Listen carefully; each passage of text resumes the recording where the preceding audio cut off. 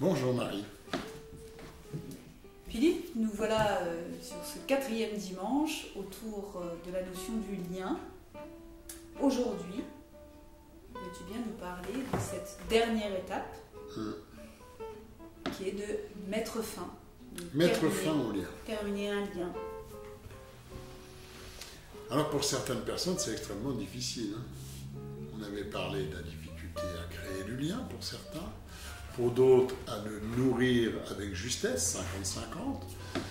Pour d'autres, à entretenir. Qu'est-ce qui se fait quand le lien se détériore un peu? Est-ce que je peux prendre l'initiative d'aller voir l'autre pour lui dire est-ce que c'est d'accord qu'on nettoie ce lien pour qu'il puisse être pérenne?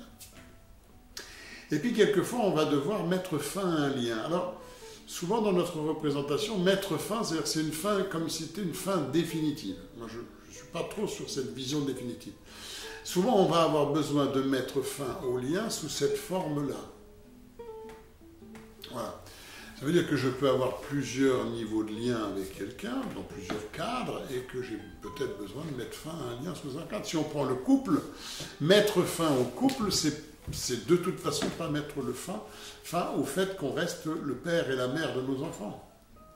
Oui, c'est vrai.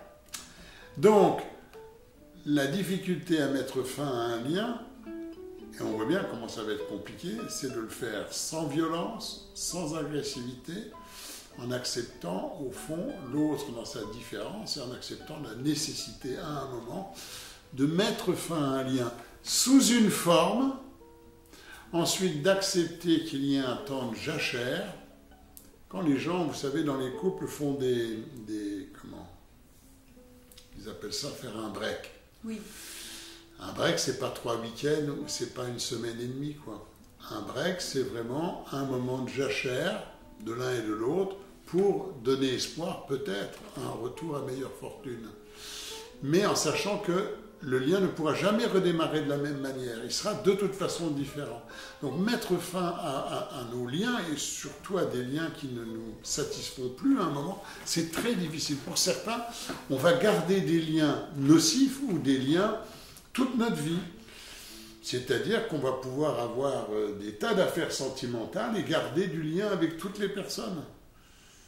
Un lien qui peut être encombrant, qui peut être désajusté, qui peut même poser des problèmes avec les personnes avec qui je suis, qui vont me dire « mais qu'est-ce que tu as encore en lien avec ça, avec celle-là, avec celui-là » Et il y a des gens qui vont garder comme ça tous leurs liens, tellement ils ont peur du manque de lien et de mettre fin à un lien, donc je me retrouve comment?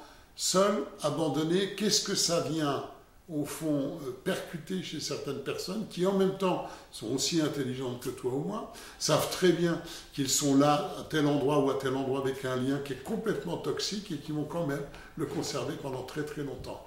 Et puis, il y a ceux aussi qui n'ont jamais vraiment nourri et entretenu les liens. Ceux-là prennent dans la tête, et avec beaucoup de souffrance aussi, des ruptures de liens qui viennent de l'extérieur, là cette fois-ci, mais qui sont souvent extrêmement violentes et définitives, sans appel.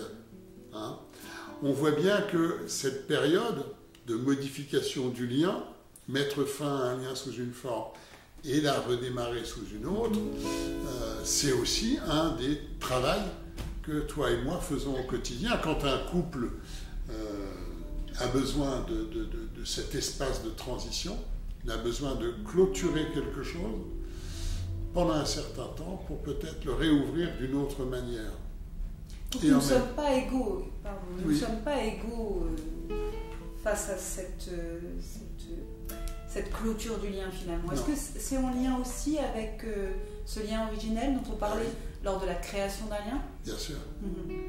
Là, on a aussi, pour chacun, été marqué de façon complètement différente par nos liens d'origine. Et prendre la décision de couper le lien, c'est être à l'aise avec le système, ne pas se sentir abandonné, ne pas être dans la torture psychologique. Quand les gens ne le font pas, c'est qu'ils ne sont pas en capacité de le faire. Donc le lien, c'est quelque chose qui vit et qui peut renaître de ses cendres sous une autre forme. voilà, d'une autre manière et sous une autre forme. Mais ce que je me dis, c'est qu'il a souvent besoin de ces jours de rupture. Une jachère, un séjour de rupture dans un lien ou dans une activité peut être extrêmement salvateur, peut donner l'occasion de voir le lien se transformer. C'est la continuité, c'est la routine qui risque de tuer le lien, ou le fait de vouloir garder le lien à tout prix ou à n'importe quel prix. Donc à un moment, ça demande aussi de la lucidité et de ne pas être rempli de ces problèmes d'enfance, de risque d'abandon, de tout ce qui touche au fond au rejet ou à l'abandon, qui concerne pas mal d'entre nous. Alors bien évidemment, quand on est, je le disais, qu'on ne nourrit pas, qu'on n'entretient pas le lien et qu'on a du mal à créer des liens et tout, on peut avoir aussi dans son parcours professionnel beaucoup de ruptures professionnelles. Rupture avec des amis, rupture avec des clubs de sport, rupture avec des patrons, rupture avec des épouses, rupture avec des enfants. À un moment, je pense qu'il faut se poser la question, qu'est-ce qui nous appartient ? Voilà. Est-ce que je n'ai pas su suffisamment ? Et là, on revient en arrière. C'est dans ma création du lien. Est-ce que j'ai peur quand un lien dure trop longtemps ? Est-ce que j'ai peur qu'à un moment, je perds la maîtrise de quelque chose ?